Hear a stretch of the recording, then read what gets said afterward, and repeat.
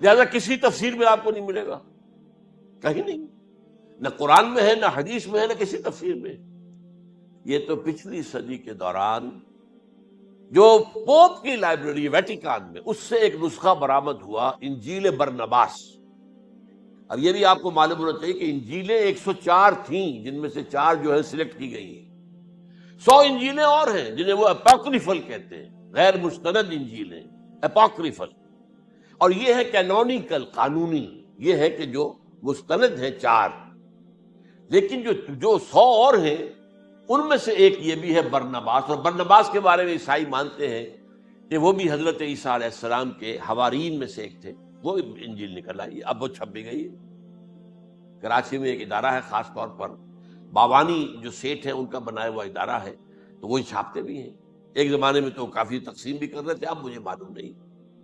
اس نے سارا قصہ بیان کیا۔ قصہ کیا ہے؟ بہت دلچسپ قصہ ہے، پوری تفصیل سے۔ ایک شخص جو کہ حضرت مسیح کے حواریین میں شامل ہو گیا، وہ تھا جیوڈاس اسکیریوٹ۔ یہ شخص اصل میں تھا ایک زیر زمین تنظیم وہاں چل رہی تھی، زیلوٹس، انڈر گراؤنڈ موومنٹ، تاکہ ہم رومنوں کی حکومت یہاں سے ختم کریں اور اپنی پوری حکومت اور آزادی حاصل کریں۔ ان میں سے یہ بھی تھا۔ ان کا سرغنہ تھا برابس، برابا ڈاکو سے کہا جاتا ہے، برابس۔ ظاہر بات ہے کہ قانون شکن تھا تو ڈاکو ہی تھا۔ اچھا، ان میں سے یہ شخص جو ہے، اس نے جیوڈاس نے حضرت عیسیٰ کے معجزے دیکھے بہت، اور اتنا یقین ہو گیا اسے کہ یہ شخص جو ہے عیسیٰ، یہ ایک مرتبہ اگر رومیوں پر لعنت بھیج دے، کرس کر دے، تو رومی ختم ہو جائے۔ لیکن ان سے کئی دفعہ جو ہے پھیر ڈال کر، ہیر پھیر کے ساتھ کوشش کی گئی کہ رومیوں کے خلاف وہ کوئی جو ہے وہ لعنت برآمد کر دے، وہ نہیں کرتے تھے۔ یہ ایک علیحدہ بات ہے، کیوں نہیں کرتے تھے، یہ اس وقت میرا موضوع نہیں ہے۔ منہاج عیسوی کیا تھا، منہاج موسوی کیا تھا، منہاج محمدی کیا تھا، ان میں فرق ہے۔ لِكُلٍّ جَعَلْنَا مِنْكُمْ شِرْعَةً وَمِنْهَاجًا، سورہ مائدہ میں آیا ہے۔ تمام رسولوں کے لیے ہم نے ایک ایک منہاج، ایک ایک شریعت علیحدہ علیحدہ دی ہے۔ 12 منہاج عیسوی کچھ اور تھا، تو یہ نہیں کہتے تھے۔ اب اس نے کیا کیا کہ وہ اپنے ڈاکو سرغنے سے اجازت لے کر ان کے حواریین میں شامل ہو گیا، اعتماد حاصل کیا، اور بار بار کوشش کی کہ یہ بد دعا دے دیں، رومیوں کو نہیں دی۔ اب اس نے سوچا کہ انہیں اگر ذاتی طور پر تکلیف پہنچے گی تو زبان سے کلمہ نکل ہی جائے گا نا، کوئی لعنت کا۔ اس نے پکڑوایا حضرت عیسیٰ کو، کیونکہ جب یہ فیصلہ ہو گیا تھا ان کے قتل کا، ہیڈرن جو ہے ادارہ وہ دے چکا تھا، اس کا فتویٰ تھا یہ واجب القتل ہے، یہ مرتد ہے، لہذا اس کو قتل کر دیا جائے۔ اور یہ فیصلہ جو ہے وہ رومی گورنر تک پہنچایا جا چکا تھا۔ رومی گورنر نے یہاں تک کہا، یہ سینٹ جو متی کی انجیل ہے اس میں موجود ہے، بھائی ہمارے پاس تو اس کا کوئی جرم نہیں ہے، ہمارے ہاں کوئی ایسی بات اس کی نہیں ہے جس سے کہ ہم اسے واجب القتل قرار دیں۔ ان کا نہیں، ہمارا حکم ہے، ہمارا فیصلہ تمہارا طے ہے کہ مذہبی معاملے میں کوئی فیصلہ ہمارا ہوگا تو تمہیں جو ایگزیکیوٹ کرنا ہوگا۔ بہرحال اس وقت حضرت مسیح روپوش ہو گئے گرفتاری سے بچنے کے لیے۔ ایک باغ میں تھے وہ، وہاں پر رات کے وقت انہوں نے اپنے حواریین کے ساتھ لاسٹ سپر کہتے ہیں اس کو، لاسٹ سپر، کھانا کھایا، آخری کھانا تھا۔ اور اس کے بعد اس نے فرمایا، آج کی رات تم میں سے ایک میرے خلاف غداری کرے گا۔ یہ کہہ کر حضرت مسیح تو ایک کوٹڑی میں چلے گئے، جو ہوتی ہے باغ کے اندر، کوئی کھرپے ورپے جو ہے، کوئی وہاں پہ کسیاں رکھی ہوئی، تو اس میں خود جا کر عبادت میں مصروف ہو گئے۔ اپنے حواریین سے کہا کہ تم بھی عبادت۔ وہ حواریین سو گئے۔ اب یہ اسکریوٹ جو ہے یہ اٹھا، یہ گیا رومیوں سے جا کر کہا، میں پہنچا دیتا ہوں عیسیٰ تک، پکڑوا دیتا ہوں، آؤ میرے ساتھ۔ 30 ان کے آدمی آئے، مجھ سے کہا باغ کے باہر کھڑے رہو تم، میں اندر جاؤں گا، تھوڑی دیر کے بعد تم آنا، جسے میں کہوں اے میرے استاد، پکڑ لینا اسی کو۔ یعنی رومنس کو معلوم نہیں تھا کہ یہ کون ہے عیسیٰ، لیکن یہ کہ یہ تو یہودیوں کو معلوم تھا نا سب کچھ۔ ہوا کیا کہ وہ جب اندر آیا ہے اور کوٹھڑی میں داخل ہوا، اسی وقت اس کی شکل بدل دی گئی حضرت مسیح کی، شبہ لہم، مشابہت پیدا کر دی گئی، شبیہ بدل دی گئی، اور چھت پھٹی، 4 فرشتے اترے اور حضرت مسیح کو لے کر آسمان پر چلے گئے۔ تو گرفت باہر آیا وہ، تو جیسے ہی وہ یہ باہر آیا وہ باقی ہماری جان گئے، اے ہمارے استاد